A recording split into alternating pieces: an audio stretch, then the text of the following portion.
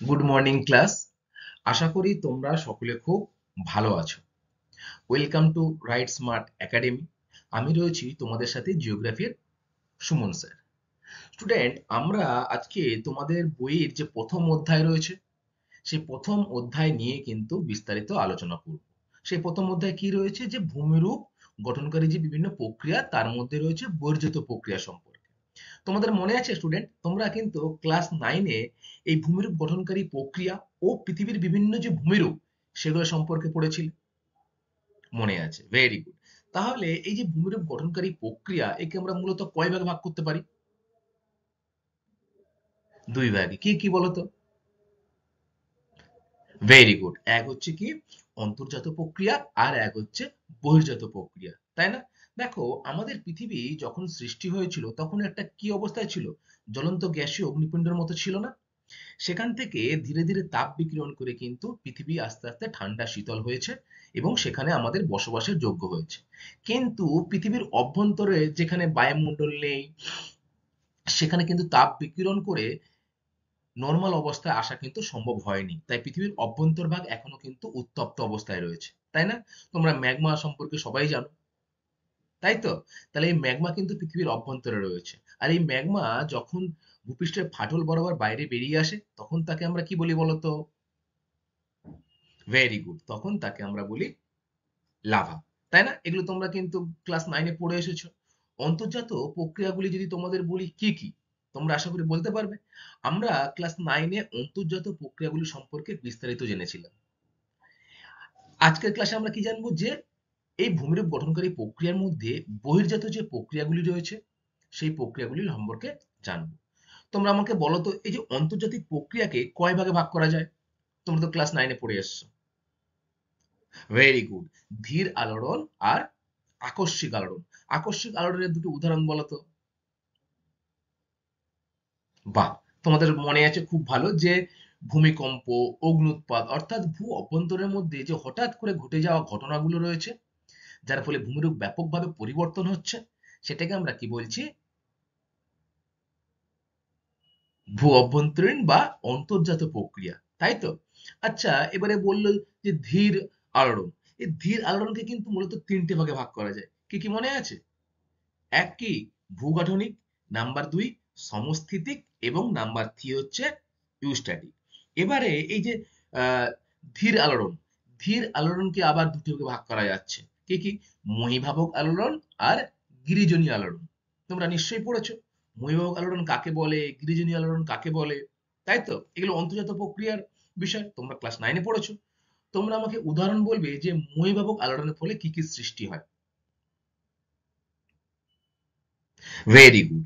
মহীভাবক আলোড়নের ফলে কিন্তু মহাসাগর, মহাদেশ, চ্যুতি, উপত্যকা, স্তূপ পর্বত প্রভৃতি কিন্তু সৃষ্টি হচ্ছে। এবং এই যে ভূ আলোড়নের সাথে ভূপৃষ্ঠে উল্লম্বভাবে, অর্থাৎ ব্যাসার্ধ বরাবর কাজ করলে ভূত্বক কিন্তু উল্লম্বভাবে উপরের দিকে উঠে যায়। এটাই কিন্তু হচ্ছে মহীভাবক আলোড়ন, যার ফলে মহাসাগর, মহাদেশ, স্তূপ পর্বত, প্রস্থ উপত্যকা ইত্যাদি কিন্তু সৃষ্টি হচ্ছে।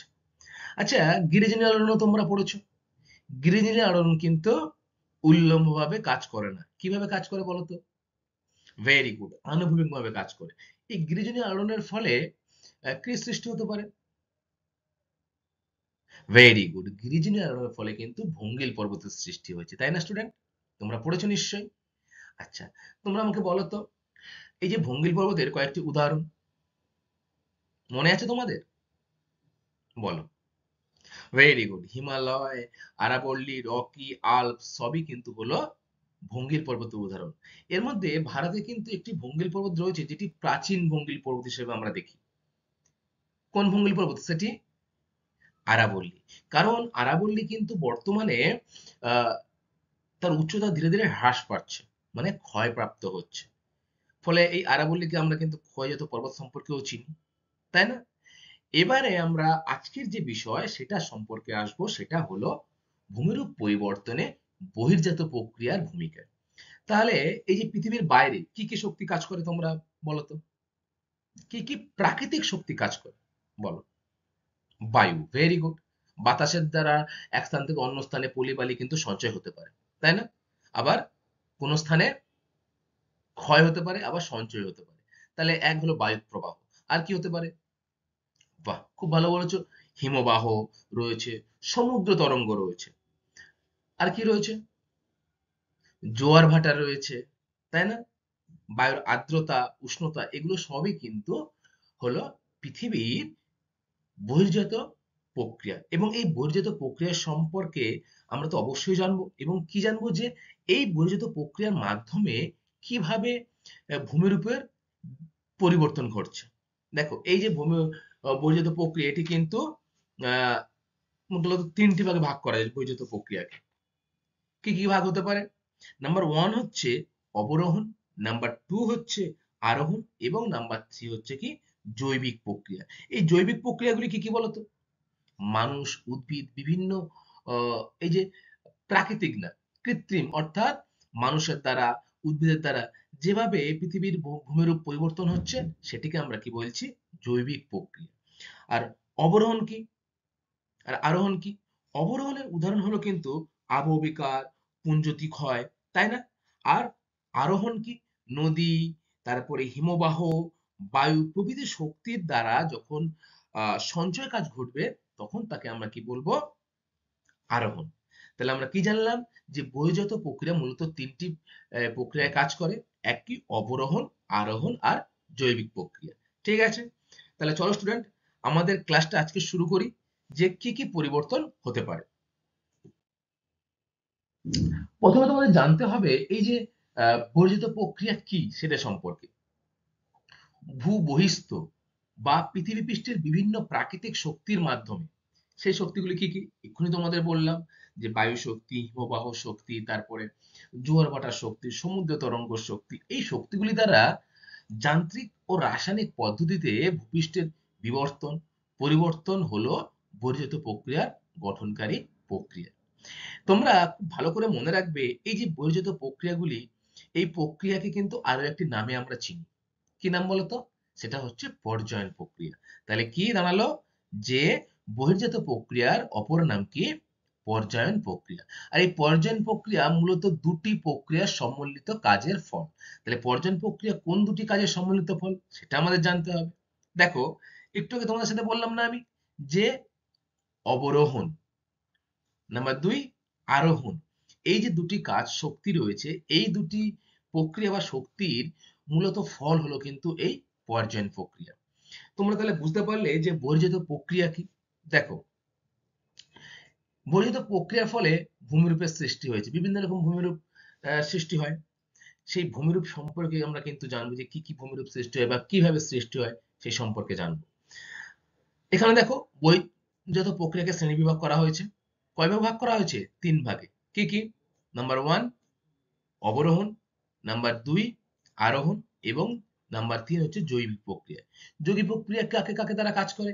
মানুষ, উদ্ভিদ দ্বারা যখন কোনো কাজের বা কোনো প্রাকৃতিক বিষয় সঞ্চিত হয়, তখন তাকে আমরা জৈবিক প্রক্রিয়া বলছি। ঠিক আছে? এছাড়া আর কি কি রয়েছে? যে অবরোহণ আর আরোহণ প্রক্রিয়া। তাহলে তোমরা জানলে যে বহির্জাত প্রক্রিয়াগুলি কি কি। ঠিক আছে স্টুডেন্ট, এরপরে দেখবো আমরা ভূমিরূপ পরিবর্তনকারী বর্জিত শক্তি সমূহগুলো কি কি।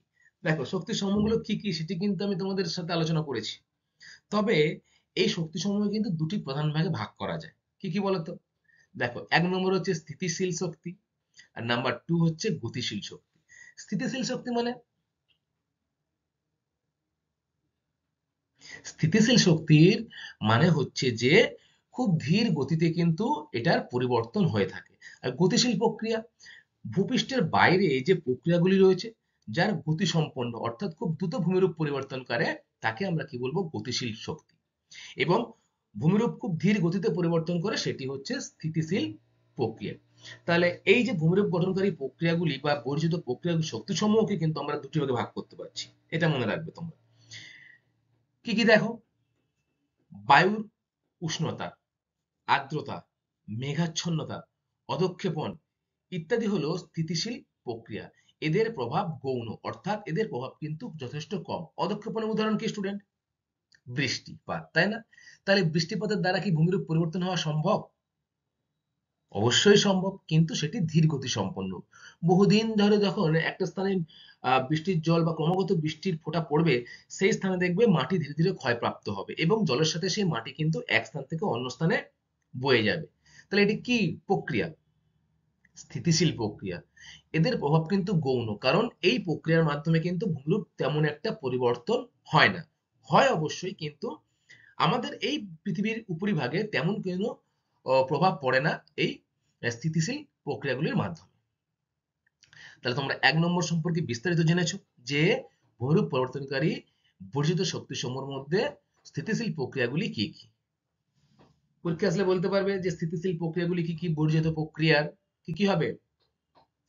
Very good. বায়ুর উষ্ণতা, আর্দ্রতা, মেঘাচ্ছন্নতা, অধঃক্ষেপণ ইত্যাদি কিন্তু হলো স্থিতিশীল প্রক্রিয়া। এরপরে নাম্বার 2 রয়েছে দেখো, গতিশীল প্রক্রিয়া। অর্থাৎ এগুলির দ্বারা ভূমিরূপের পরিবর্তন কিন্তু তুলনামূলকভাবে দ্রুত হয় এবং এগুলিও কিন্তু আহ, মুখ্য প্রভাব বিস্তার করে ভূমিরূপ পরিবর্তনে। তাহলে বহির্জাত প্রক্রিয়াসমূহের মধ্যে কোন শক্তিগুলি মুখ্য ভূমিকা পালন করে ভূমিরূপ পরিবর্তনে? তখন তোমাদের উত্তর কি হবে? উত্তর হবে পুঞ্জিত ক্ষয়, জলধারা বা নদী প্রবাহ, বায়ু প্রবাহ, হিমবাহ সম্প্রপাত, তারপরে সমুদ্র তরঙ্গ, জোয়ার ভাটা, সুনামি ইত্যাদি হলো কিন্তু গতিশীল প্রক্রিয়া, যেগুলি ভূমিরূপ পরিবর্তন করে খুব দ্রুত হারে। দেখো, এই যে দেখো তোমরা ছবি দেখতে পাচ্ছ সমুদ্র তরঙ্গ। যদি এই সমুদ্র তরঙ্গ সুনামিতে আকার ধারণ করে, তাহলে কিন্তু প্রবল বেগে সেই জলটা কিন্তু ভূপৃষ্ঠের উপরে আছড়ে পড়ে, তাই না? আছড়ে পড়ে ভূমির উপর কিন্তু ব্যাপক পরিবর্তন করে, ঘর বাড়ি ধ্বংস করে দেয়, মানুষের প্রাণহানি ঘটে, তাই তো সুনামির ফলে। সাময়িকভাবে কিন্তু ভূমির উপর ব্যাপক পরিবর্তন ঘটছে এই সুনামির ফলে। ফলে এটি কিন্তু গতিশীল প্রক্রিয়া। এছাড়া সমুদ্র তরঙ্গ, সমুদ্র তরঙ্গ অটোমেটিক দেখবে সমুদ্র তীরে ঢেউ হয়ে যাচ্ছে, তার সাথে কি বালি পলি উঠে আসে না? তাহলে সেটিও কিন্তু দ্রুত বা গতিশীল একটি বহির্জাত শক্তি। এছাড়া কি রয়েছে? বায়ু প্রবাহ। দেখবে মরুভূমিযুক্ত স্থানে বা মরুপ্রাণ স্থানে বায়ু প্রবাহের দ্বারা কিন্তু বিভিন্ন ভূমিরূপ সৃষ্টি হয়েছে, হয়তো সেখানে এই যে মরুভূমি স্থানে সেখানে কি হয়? বায়ু প্রবাহের গতিবেগ খুব বেশি হয়, ফলে সেই স্থানে বালি কিন্তু এক স্থান থেকে গিয়ে অন্য স্থানে সঞ্চিত হয়ে বিভিন্ন রকম ভূমিরূপ সৃষ্টি করে। ঠিক তেমন ভাবে এখানে যে নিচের ছবিটা রয়েছে দেখো, হিমবাহ। এই হিমবাহর দ্বারাও কিন্তু ভূমিরূপের যথেষ্ট পরিবর্তন আমরা লক্ষ্য করতে পারি। তাহলে ভূমিরূপ পরিবর্তনকারী প্রক্রিয়া শক্তিসমূহগুলিকে কয় ভাগে ভাগ করা যায়? 2 ভাগে। নাম্বার 1 হচ্ছে স্থিতিশীল, আর নাম্বার 2 হচ্ছে কিন্তু গতিশীল। তোমরা মনে রাখবে যে গতিশীল প্রক্রিয়াগুলি কিন্তু মুখ্য ভূমিকা নেয় এই ভূমিরূপ পরিবর্তনে। ঠিক আছে? আচ্ছা, এরপরে আমরা দেখব শক্তিগুলি কেন ক্রিয়াশীল। এই যে ভূমিরূপ পরিবর্তনের যে প্রক্রিয়াগুলি ক্রিয়াশীল কেন বা কাজ করে কেন? দেখো, ভূ আন্দোলনে ভূমি উত্থিত বা নিমজ্জিত হলে তার উপরে অভিকর্ষী বল কাজ করে। ভূ আন্দোলন মানে ভূমিকম্প হলে কি হয়? ভূপৃষ্ঠ কখনো উঁচু হয়ে যায়, আবার ভূপৃষ্ঠ কখনো কিন্তু নিচু হয়ে যায়। এর ফলে কি হয়? পৃথিবীর তার সমস্ত বস্তুকে কিন্তু কেন্দ্রের দিকে আকর্ষণ করে। এটাকে কি বলি আমরা? অভিকর্ষ বল বা মাধ্যাকর্ষণ শক্তি। এই মাধ্যাকর্ষণ শক্তি কিন্তু ভূ আন্দোলনের ফলে আরো বেশিভাবে কাজ করে।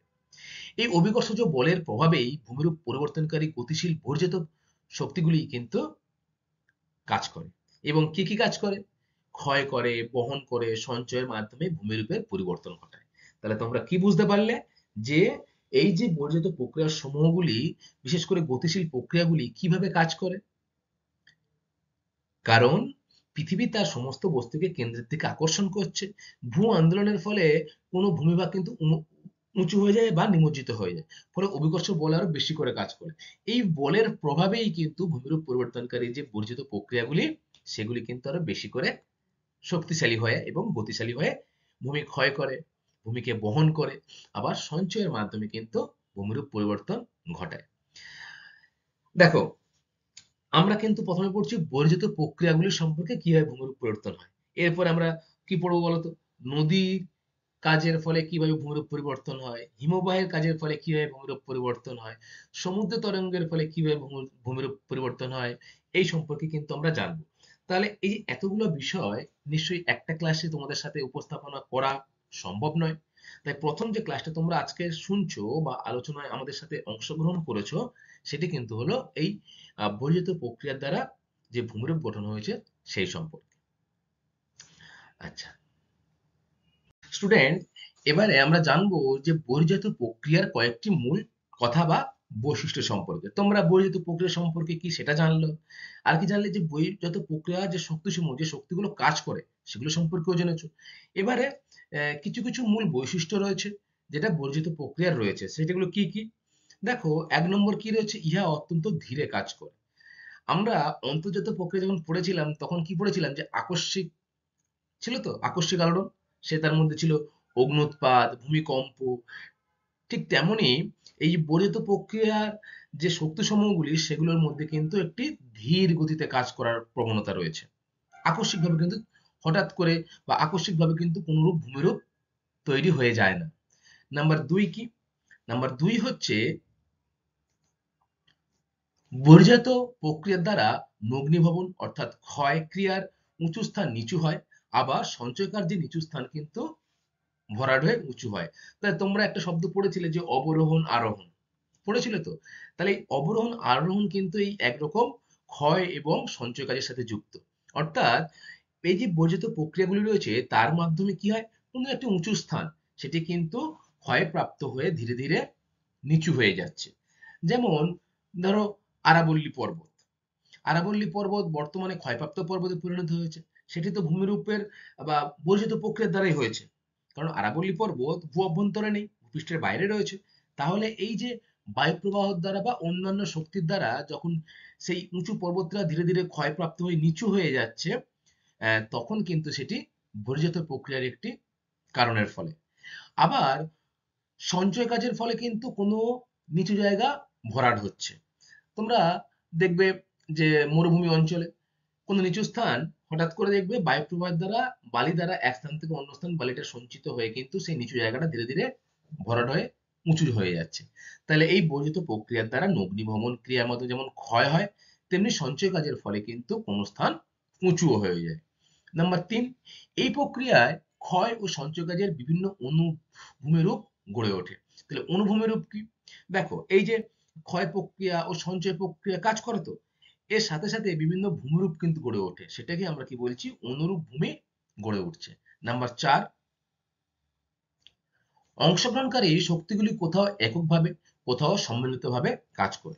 অর্থাৎ কি কি শক্তি ছিল, যেমন বায়ু প্রবাহ, সমুদ্র তরঙ্গ, হিমবাহ, তাই না? দেখো, এই যে কাজ শক্তিগুলি এককভাবেও কাজ করতে পারে, আবার একসাথে মিলেও কাজ করতে পারে। যেমন সমুদ্র তরঙ্গের সাথে যদি বায়ু প্রবাহ বেগ বেশি থাকে তাহলে সমুদ্র তরঙ্গ কি হবে, বেশি জোরে প্রভাবিত হবে। ফলে ভূমিরূপের পরিবর্তন কিন্তু একটু দ্রুত গতিতে হবে, তাই না? তাহলে কি বলছে যে অংশগ্রহণকারী শক্তিগুলো কিন্তু একসাথে কাজ করতে পারে, আবার এককভাবেও কিন্তু কাজ করতে পারে।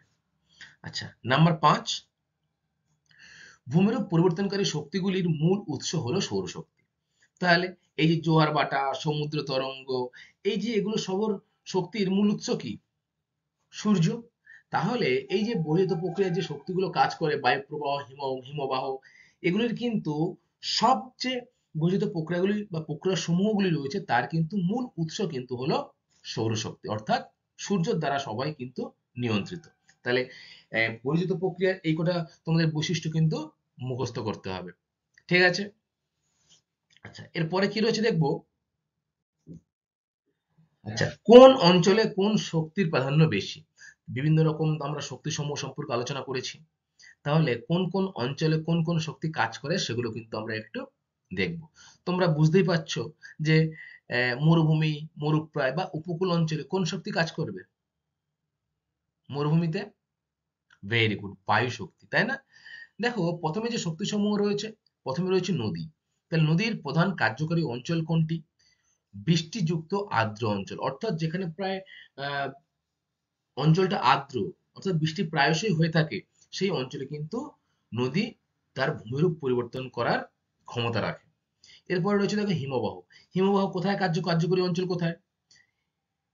উচ্চ অক্ষাংশ ও উচ্চ পার্বত্য অঞ্চলেই কিন্তু একমাত্র হিমবাহ কাজ করবে। দেখো, আমাদের এখানে সমতল ভূমি বা মালভূমি অঞ্চলে কি হিমবাহ বা বরফ কি পড়ে? পড়ে না। তাহলে বরফ কোথায় পড়ে? উচ্চ পার্বত্য অঞ্চলে, উচ্চ অক্ষাংশযুক্ত অঞ্চলে। তাহলে এই সমস্ত স্থানগুলিতে কিন্তু হিমবাহ ভূমিরূপ পরিবর্তন করতে সক্ষম। তাহলে হিমবাহ যে শক্তি রয়েছে সেই শক্তি কোথায় প্রধান কাজ করে?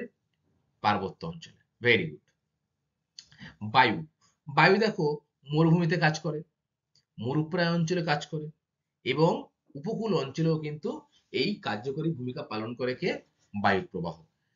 উপকূল অঞ্চল অর্থাৎ সমুদ্র তীরবর্তী অঞ্চলে আমরা কি বলি? উপকূল অঞ্চল। এবং উপকূল অঞ্চলে কি দেখি আমরা? বায়ুর গতিবেগ যথেষ্ট বেশি, তাই তো? তাহলে বায়ু প্রবাহ মরুভূমি, মরুপ্রায় অঞ্চল ও উপকূল অঞ্চলে কার্যকরী হয়। এরপরে শক্তিসমূহের মধ্যে গুরুত্বপূর্ণ রয়েছে দেখো সমুদ্র তরঙ্গ। সমুদ্র তরঙ্গ কোথায় কাজ করবে? খুবই সহজ, বলো। Very good.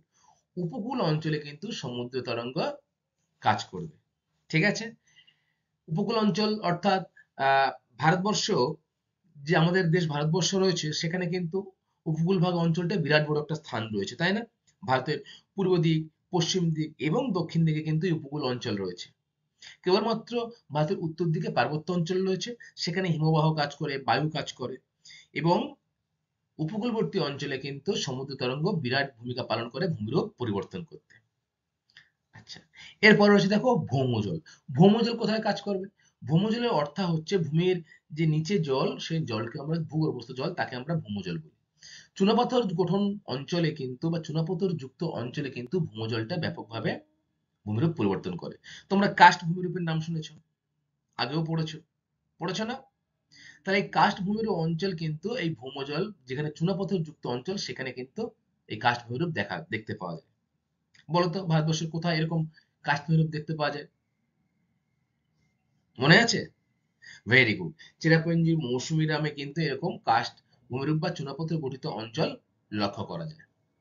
আচ্ছা, তাহলে তোমরা জানলে যে কোন কোন শক্তি সমূহগুলো কোন কোন জায়গায় কার্যকরী হয়। এরপরে আমরা দেখব যে বহির্জাত প্রক্রিয়া কিভাবে কার্যকরী হয়। দেখো, পর্যায়ন প্রক্রিয়া তোমরা শুনেছো, যে বহির্জাত প্রক্রিয়ার অপর নাম পর্যায়ন প্রক্রিয়া। এই পর্যায়ন প্রক্রিয়াটা কি সেটা জানতে হবে আমাদের। যে পর্যায়ন বা ক্রমায়ন প্রক্রিয়ার মাধ্যমে বহির্জাত প্রক্রিয়া কার্যকর হয়। অসমতল ও বন্ধুর ভূমি ক্ষয়সীমার সাপেক্ষে ক্ষয়, বহন ও সঞ্চয়ের মাধ্যমে সমতলে পরিণত হওয়াকে বলা হয় পর্যায়ন প্রক্রিয়া। দেখো, এই যে অংশটা রয়েছে উঁচু ভূমি, উপত্যকা মাঝখানে, এগুলো সবই উঁচু ভূমি বা পর্বত।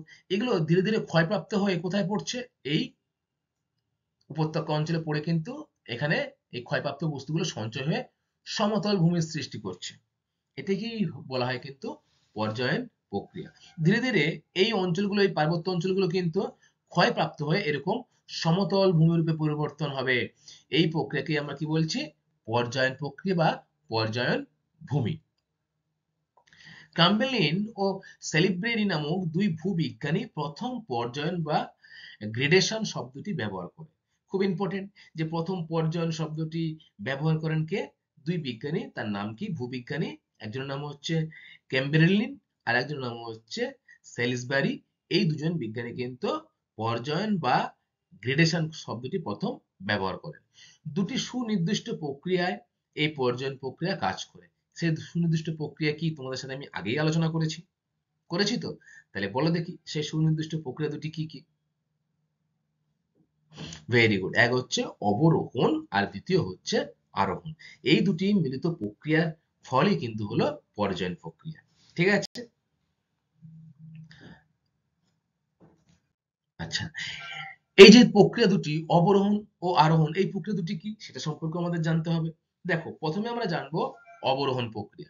যে প্রক্রিয়ায় ক্ষয়কার্যের মাধ্যমে উঁচু ভূমির উচ্চতা হ্রাস পেয়ে নিচু ভূমিতে পরিণত হয়, সেই প্রক্রিয়া হলো অবরোহণ প্রক্রিয়া। এই প্রক্রিয়ার অপর নাম কি? নগ্নীভবন। Very important. যদি তোমাদের বলে যে অবরোহণ প্রক্রিয়ার অপর নাম কি, তাহলে তোমাদের উত্তর কি হবে? যে নগ্নীভবন, তাই তো? অর্থাৎ উঁচু ভূমিরূপ রয়েছে, দেখো এই যে ছবি তোমরা দেখছো, দেখো উঁচু ভূমিরূপ রয়েছে, রয়েছে তো? এই উঁচু ভূমিরূপ যখন উচ্চতার হ্রাস পেয়ে ধীরে ধীরে ভূমির সঙ্গে সমতল হয়ে যাবে বা উচ্চতার হ্রাস পেয়ে ক্রমশ নিচু হবে, তখন যে প্রক্রিয়াটা কাজ করে তখন তাকে কি বলেছে? অবরোহণ। অর্থাৎ উঁচু থেকে নিচু হচ্ছে। আর আরোহণ মানে ঠিক তার উল্টোটা। এই যে প্রক্রিয়ায় সঞ্চয় কাজের মাধ্যমে নিচু স্থান যখন ধীরে ধীরে ভরাট হয়ে উঁচু পর্যায়ে পৌঁছাবে বা উচ্চতা তার বৃদ্ধি পাবে, তখন তাকে আমরা কি বলবো? আরোহণ প্রক্রিয়া। অর্থাৎ আরোহণ প্রক্রিয়ার হচ্ছে সঞ্চয় কাজ। তাহলে আরোহণ প্রক্রিয়া প্রধান উপাদান কি? সঞ্চয় করা। এবং অবরোহণ প্রক্রিয়ার প্রধান উপাদান কি? ক্ষয়প্রাপ্ত হওয়া, অর্থাৎ কোনো উঁচু স্থান নিচু হয়ে যাওয়া হচ্ছে অবরোহণ, এবং নিচু স্থান ধীরে ধীরে সঞ্চয়ের মাধ্যমে উঁচু স্থানকে হওয়াকে কি বলছে? আরোহণ। স্টুডেন্ট, এবারে আমাদের কিছু কিছু বিষয় সম্পর্কে জানতে হবে। কি কি বিষয়? যেমন হচ্ছে আবহবিকার, পুঞ্জিত ক্ষয়, নগ্নীভবন, তারপরে হচ্ছে এই যে আবহবিকার ও ক্ষয়ভবনের পরস্পরের সম্পর্ক কি, সেই সম্পর্কে কিন্তু আমাদের একটু জানতে হবে। দেখো, এই যে ভূমিরূপের বর্ধিত প্রক্রিয়াগুলির দ্বারা বিভিন্ন শক্তিসমূহের দ্বারা ভূমিরূপ পরিবর্তন হচ্ছে, সেগুলির কিন্তু এই আবহবিকার, পুঞ্জিত ক্ষয়, নগ্নীভবন এগুলো কিন্তু গুরুত্বপূর্ণ ভূমিকা পালন করে। দেখো, আবহবিকার কাকে বলে? তোমরা ক্লাস 9 এ অবশ্যই পড়ে এসেছো। পড়েছো তো? বলো তো আবহবিকার কাকে বলে?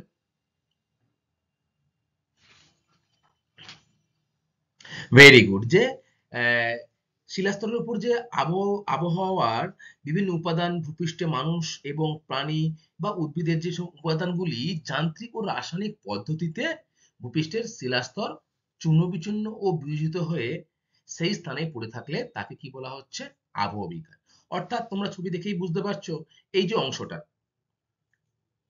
বিভিন্ন যান্ত্রিক ও রাসায়নিক পদ্ধতিতে চূর্ণ বিচূর্ণ হয়ে যখন সেই স্থানেই পড়ে থাকবে, তখন তাকে আমরা কি বলবো? আবহবিকার। তাই তো?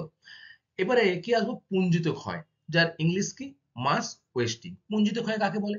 দেখো, অভিকর্ষের টানে উচ্চভূমির ঢাল বরাবর মাটি ও শিলাস্তর যখন নিচের দিকে নেমে আসে, তখন তাকে আমরা কি বলবো? পুঞ্জিত ক্ষয়। অর্থাৎ পৃথিবীর কোনো না কোনো অংশ হঠাৎ অভিকর্ষের টান পড়ছে। আমরা সকলেই জানি যে পৃথিবী সমস্ত বস্তুকে তার কেন্দ্রের দিকে আকর্ষণ করে, তাই তো? পার্বত্য অঞ্চলে এই পুঞ্জিত ক্ষয় বেশি লক্ষ্য করা যায়। এই অভিকর্ষ টানের ফলে ঘর্ষণজনিত বাধা অতিক্রম করে ঢাল বরাবর যখন দ্রুত গতিতে কোনো আহ, স্খলন ঘটে বা কোনো স্খলিত হওয়াকে বা খসে পড়াকে কিন্তু বলা হয় পুঞ্জিত ক্ষয়। দেখো, এই যে ছবি তোমরা দেখতে পাচ্ছ, এগুলো কিন্তু পুঞ্জিত ক্ষয়ের ছবি। দেখো, এই যে ঢাল বরাবর ভূমিকর্ষের টানে কিন্তু এখান থেকে ধীরে ধীরে এই অংশটা কিন্তু ক্ষয় হয়ে নিচের দিকে নেমে আসছে। এটাই কিন্তু হলো পুঞ্জিত ক্ষয়। তাহলে আমরা কি কি জানলাম? যে আবহবিকার কাকে বলে, আর পুঞ্জিত ক্ষয় কাকে বলে। এরপরে কি রয়েছে? এরপরে রয়েছে দেখো, ক্ষয়ীভবন, নগ্নীভবন এবং অনুভূমিরূপগুলি কি কি। আচ্ছা, ক্ষয়ীভবন কাকে বলে? দেখো, প্রাকৃতিক শক্তির মাধ্যমে ভূপৃষ্ঠের পদার্থের স্থান পরিবর্তন হওয়াকে ক্ষয়ীভবন বলে। দেখো, প্রাকৃতিক শক্তিগুলো রয়েছে বায়ুপ্রবাহ, হিমবাহ, নদ-নদী, সমুদ্র তরঙ্গ, এই যে প্রভৃতি দ্বারা শিলাস্তর যখন চূর্ণ-বিচূর্ণ হচ্ছে এবং স্থানান্তরিত হয়ে এক স্থান থেকে অন্য স্থানে পরিবাহিত হচ্ছে, তখন তাকে আমরা কি বলবো? ক্ষয়ীভবন। দেখো, এই যে ছবিটা দেখছো তোমরা, এটি কিন্তু ক্ষয়ীভবনের উদাহরণ। এই যে প্রবল প্রাকৃতিক বিপর্যয়ের ফলে নদীর পার্শ্ববর্তী এলাকা ক্ষয়ে যাচ্ছে। ক্ষয়ে দেখো এক স্থান থেকে অন্য স্থানে, অর্থাৎ নদী কিন্তু এটাকে গ্রাস করছে। এই যে ভূমিরূপের স্থান পরিবর্তন ঘটছে, একে আমরা কি বলবো? ক্ষয়ীভবন। এছাড়া আবহবিকারের দ্বারা সৃষ্ট শিলাচূর্ণ ওই সমস্ত প্রাকৃতিক শক্তির দ্বারা কিন্তু স্থান পরিবর্তন ঘটে। আমরা কি বললাম? যে আবহবিকার যে যান্ত্রিক ও রাসায়নিক প্রক্রিয়া শিলা চূর্ণ বিচূর্ণ হয়ে এক স্থানে পড়ে থাকলে তখন তাকে আবহবিকার বলে। এবং এই যে প্রাকৃতিক শক্তিগুলো রয়েছে তার মাধ্যমে এই আবহবিকারগ্রস্ত যে শিলাচূর্ণগুলো, সেগুলো যখন এক স্থান থেকে অন্য স্থানে পরিবাহিত হয়, তখন কিন্তু তাকেও আমরা কি বলি? ক্ষয়ীভবন প্রক্রিয়ার সাথে যুক্ত করি। তাহলে তোমরা ক্ষয়ীভবন সম্পর্কে জানলে, তাই তো? আচ্ছা, এরপরে দেখবো নগ্নীভবন। নগ্নীভবন কি? আবহবিকার, ক্ষয়ীভবন এবং পুঞ্জিত ক্ষয়, এই তিনটি বিষয়কে যোগ করলে যে বিষয়টা আসে, সেটি কিন্তু হলো নগ্নীভবন। তাহলে কি কি? আবহবিকারের ফলে যে চূর্ণ বিচূর্ণ বা বিয়োজিত শীতল যে শিলাপুঞ্জ, পুঞ্জিত ক্ষয় ও ক্ষয়ীভবন প্রক্রিয়ার মাধ্যমে অপসারিত হলে নিচের যে মূল শিলা উন্মুক্ত বা নগ্ন হয়ে পড়ে, তাকে আমরা কি বলবো? নগ্নীভবন প্রক্রিয়া। তাহলে সেই যে কি কোন প্রক্রিয়া? আবহবিকার, ক্ষয়ীভবন এবং পুঞ্জিত ক্ষয়, এই যে তিনটি ক্ষয় আমরা পড়লাম বা তিনটি প্রক্রিয়া পড়লাম, সেই প্রক্রিয়াগুলির দ্বারা যখন মূল শিলা উন্মুক্ত হয়ে যাবে, তখন সেটি নগ্নীভবন প্রক্রিয়ার মধ্যে পড়বে। তাহলে আমরা কি জানলাম? যে ক্ষয়ীভবন এবং নগ্নীভবন সম্পর্কে। আচ্ছা, এরপর আমরা কি দেখবো? যে অনুভূমিরূপ কি? নদী, হিমবাহ, বায়ু প্রভৃতির ক্ষয় ও সঞ্চয় কার্যে সৃষ্ট ক্ষুদ্র ক্ষুদ্র ভূমিরূপ হচ্ছে অনুভূমিরূপ। তাহলে আহ, নদী দ্বারা ভূমিরূপ সৃষ্টি হচ্ছে, হিমবাহ বায়ু প্রভৃতির দ্বারা ক্ষয় ও সঞ্চয় উভয় কাজের ফলে যখন ক্ষুদ্র ক্ষুদ্র ভূমিরূপ সৃষ্টি হয়, মানে ছোট আকৃতিতে ছোট ভূমিরূপ সৃষ্টি হয়, তখন তাকে আমরা কি বলবো? অনুভূমির রূপ। আচ্ছা, এরপরে কি রয়েছে দেখবো আমরা। এরপরে রয়েছে দেখো পর্যায়িত ভূমি কি।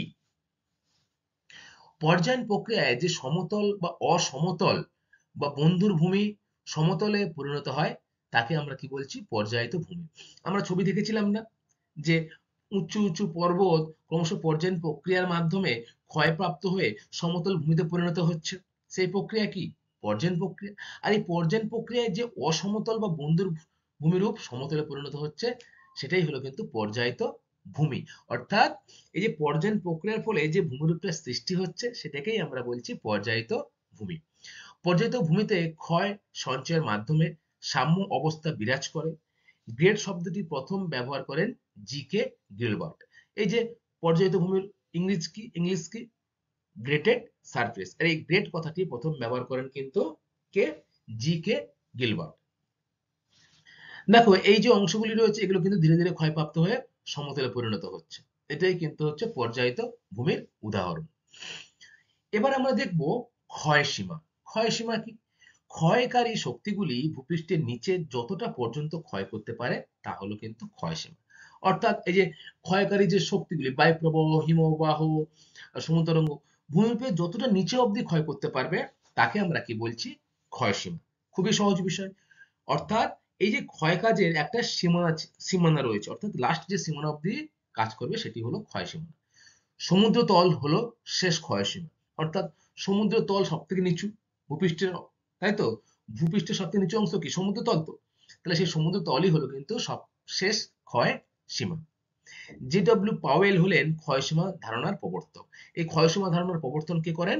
জে ডব্লিউ পাওয়েল নামক একজন ভূবিজ্ঞানী। তিনি এই ক্ষয়সীমা সম্পর্কে তার ধারণা পরিষ্কার করেন। আচ্ছা, এরপরে কি রয়েছে? এরপরে রয়েছে দেখো ভূমিরূপ পরিবর্তনে মানুষের ভূমিকা। মানুষ কি ভূমিরূপ পরিবর্তন করে? অবশ্যই করে, তাই না? কিভাবে করে বলতো? খনিজ দ্রব্য আহরণ। দেখবে আমাদের পশ্চিমবঙ্গেই রয়েছে ঝরিয়া, রানীগঞ্জ। এই যে রানীগঞ্জ কয়লা খনি রয়েছে সেখানে কি ভূমিরূপ অনবরত পরিবর্তন হচ্ছে। কখনো ধস নেমেছে, ধস নামার ফলে ভূমিরূপ পরিবর্তন হচ্ছে। কখনো কয়লা খনিতে কয়লা উত্তোলনের পরে সেই জায়গাটা কিন্তু গভীর গর্তের সৃষ্টি হয়ে কিন্তু ভূমিরূপের পরিবর্তন হচ্ছে। তাহলে এর জন্য দায়ী কে? মানুষ। তাহলে ভূমিরূপ পরিবর্তনে কিন্তু মানুষের ভূমিকা কিন্তু রয়েছে। এবং মানুষ এই ভূমিরূপ পরিবর্তন কিন্তু খুব দ্রুত পরিমাণে ঘটায় বা খুব দ্রুত ঘটায়, তাই তো? এছাড়া আর কি কি করে? রাস্তা তৈরি। পার্বত্য অঞ্চলে কোনো পাহাড় পর্বত কেটে আমরা রাস্তা তৈরি করি, করি তো? পাহাড়ের ভিতর দিয়ে আমরা সুড়ঙ্গ তৈরি করছি, আমরা কিন্তু তাহলে ভূমিরূপটা চেঞ্জ করছি, অর্থাৎ ভূমিরূপ পরিবর্তন করছি। তাহলে ভূমিরূপ পরিবর্তনে খনিজ দ্রব্য আহরণ, রাস্তা তৈরি। এছাড়া আর কি রয়েছে? নদীতে বাঁধ নির্মাণ। দেখো নদী একটা স্বাভাবিক গতিধারা নিয়ে তার প্রবাহপথ রয়েছে। সেই নদীর উপরে যখন আমরা বাঁধ দিচ্ছি তখন কিন্তু ভূমির উপরে একটা পরিবর্তন লক্ষণীয় ব্যাপারের সৃষ্টি হচ্ছে, সরি, লক্ষণীয় হচ্ছে। কিভাবে? ভূমিতে বাঁধ দেওয়ার ফলে নদীর কিন্তু গতিবেগটা কমে যাচ্ছে। ফলে নদী আগে যে পরিমাণে ক্ষয় কাজের ফলে ভূমিরূপ পরিবর্তন করছিল সেটা কিন্তু তারা করতে পারছে না। তাহলে নদীর বাঁধ নির্মাণ। এছাড়া আর রয়েছে দেখো প্রয়োজনীয় ডিনামাইট বিস্ফোরণ। ডিনামাইট বিস্ফোরণ কি? পাহাড় পর্বতে যখন আমরা খনিজ দ্রব্য উত্তোলন করতে যাই তখন কিন্তু ডিনামাইট বিস্ফোরণের মাধ্যমে পাহাড় পর্বতকে ফাটানো হয়, তাই তো? ফলে ভূমিরূপ কিন্তু আমরা নিজেরাই পরিবর্তন করছি। পর্বত ফাটিয়ে ভূমিরূপের পরিবর্তন ঘটানো হয় ডিনামাইট ফাটিয়ে। মানুষ ভূমিরূপের পরিবর্তন ঘটায় অতি দ্রুত হারে। তাহলে সব থেকে দ্রুত হারে ভূমিরূপ পরিবর্তন ঘটাচ্ছে কে? মানুষ, তাই তো? এছাড়া ভূমিরূপ পরিবর্তনকারী শক্তি সমূহগুলি কি কি বলো? দুটি প্রক্রিয়া ভাগ হচ্ছে, একটা কিন্তু হচ্ছে তুলনামূলকভাবে কম গতিশীল, আর একটা হচ্ছে গতিশীল। গতিশীল হচ্ছে নদী হিমবাহ বায়ুপ্রবাহ, এগুলো গতিশীল। আর বায়ুর উষ্ণতা, মেঘাচ্ছন্নতা, অধঃক্ষেপণ এগুলো কিন্তু কি তুলনামূলকভাবে কম ক্ষয়কারী বর্জিত প্রক্রিয়াসমূহ, তাই তো? অর্থাৎ এগুলো কিন্তু হচ্ছে গৌণ, এবং মুখ্যগুলো কিন্তু হচ্ছে এই বায়ু হিমবাহ এগুলো দ্বারা, এবং মানুষের যে বিভিন্ন রকম কাজকর্মের দ্বারা ভূমিরূপ পরিবর্তন হচ্ছে, সেটি কিন্তু মুখ্য ভূমিকা পালন করে ভূমিরূপ পরিবর্তনে। আশা করি তোমরা বুঝতে পেরেছো আজকের এই বিষয়টা, তাই তো?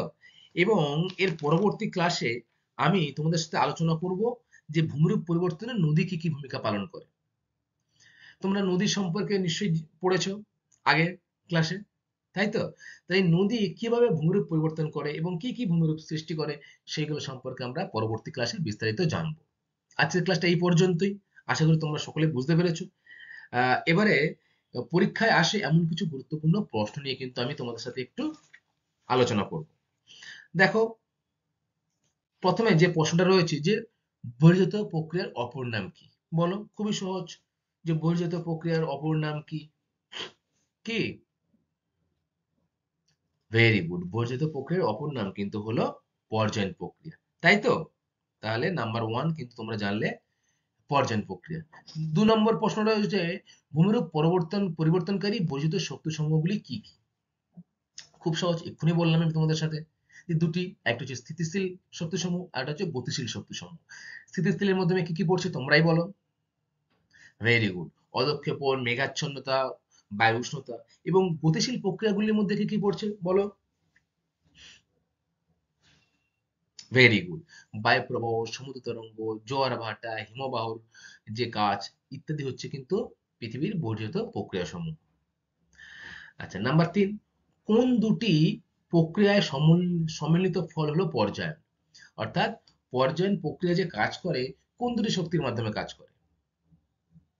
ভেরি গুড, এক হচ্ছে অবরোহণ এবং 2 হচ্ছে আরোহণ। এই অবরোহণ আরোহণ কি বলতো? অবরোহণ হচ্ছে কোনো স্থান উঁচু থেকে নিচু হচ্ছে, ক্ষয়প্রাপ্ত হচ্ছে। আর আরোহণ কি? কোনো স্থান সঞ্চয় কাজের ফলে দিনের পর দিন উঁচু হচ্ছে, সেটাকে আমরা কি বলছি? আরোহণ, তাই তো? আচ্ছা, এবারে নাম্বার 4 দেখো রয়েছে আবহবিকার কাকে বলে? আবহবিকার কাকে বলে বলো তোমরাই। ভেরি গুড, যে যান্ত্রিক ও রাসায়নিক পরিবর্তনের মাধ্যমে যে শিলা ভূপৃষ্ঠের উপরে যে শিলা রয়েছে তা চূর্ণ বিচূর্ণ হয়ে সেই স্থানে যখন পড়ে থাকছে সেগুলি, তাকে আমরা কি বলবো? আবহবিকার, তাই তো? আচ্ছা, তাহলে আবহবিকার দুটো প্রক্রিয়া কিন্তু আমরা জানলাম, যে যান্ত্রিক আর এক কি? রাসায়নিক, তাই না? আচ্ছা, এবারে নাম্বার 3 রয়েছে কি দেখো, পুঞ্জিত ক্ষয়। এই পুঞ্জিত ক্ষয় কি? পুঞ্জিত ক্ষয় হচ্ছে পৃথিবীপৃষ্ঠের যে কোনো অংশ হঠাৎ অভিকর্ষের টানে পৃথিবীর ঢাল বরাবর বা ভূমির ঢাল বরাবর কিন্তু নিচের দিকে নেমে যাচ্ছে, তাকে আমরা কি বলবি? যে পুঞ্জতি ক্ষয়। তাহলে তোমরা কি কি জানলে? আবহবিকার কাকে বলে, পুঞ্জতি ক্ষয় কাকে বলে। নাম্বার 6 রয়েছে দেখো, ক্ষয়ীভবন কাকে বলে? ক্ষয়ীভবন কি বলো? আমরা আবহবিকার পড়েছি তো।